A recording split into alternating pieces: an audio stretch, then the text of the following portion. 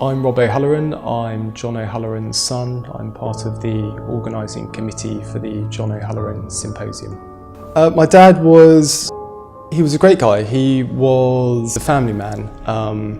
So he was married to my mum Linda for well over 30 years, and they had a very happy marriage. My sister Lucy and I grew up in a very warm, happy home environment, and I think that very strong family ethos came through even more when he became a grandfather to Lucy's 2 children. He was a very, very active and playful grandfather, a role that he really relished. So the family side of his personality was really, for me, the defining characteristic of him. I think one of the things maybe the outside world didn't see of my dad was the fact that for many years he suffered from depression. There was perhaps a taboo around the subject, and I think he was probably of a generation that just didn't really talk about mental health as an issue. But I don't think he really confronted it or spoke about it as an issue. I think the one thing that did support him over the years was my mum. They had a very strong relationship, and she was someone who was very upbeat, very outgoing, a very, very positive personality.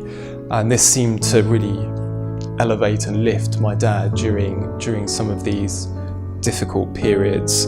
I think the thing that really changed for my dad was the very, very sad death of my mum at a very young age. She was just 58. She died from breast cancer, and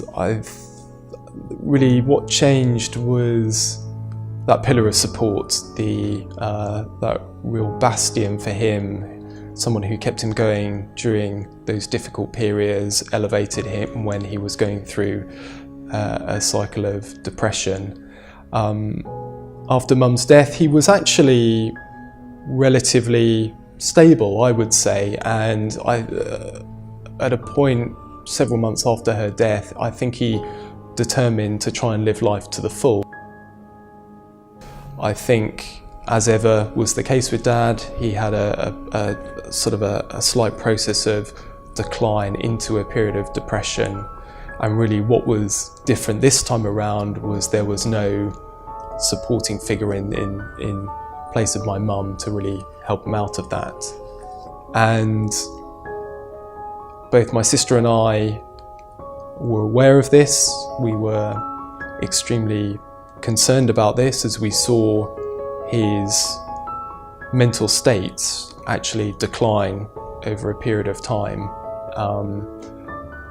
We very much encouraged him, supported him. He sought medical help, which I think for a time helped him. But over a number of months, you could see the decline. He was very good at putting a brave face on something. So the way he presented himself was very, very effective. So to friends and wider family, he just seemed to be John, and he had an image of someone who was very strong, who was very independent, who knew his own mind. And actually what I think many people didn't see was the sort of behind the scenes John. To the outside world, it wasn't noticed, it wasn't picked up, which I think made the shock of his suicide even more impactful. I think over the course of a lifetime, he really developed a very public-private personality, and the private personality we saw at times at home, but even then it was quite difficult to reach him when he was going through a period of depression. And I think he probably felt that being honest about these issues, talking about his mental state or talking about depression and giving it a name would somehow reveal or expose him and show weakness. I think he felt that he needed to be a rock on which the family was based, and by talking about mental health, feeling low, feeling down, it somehow undermined that rock-like position.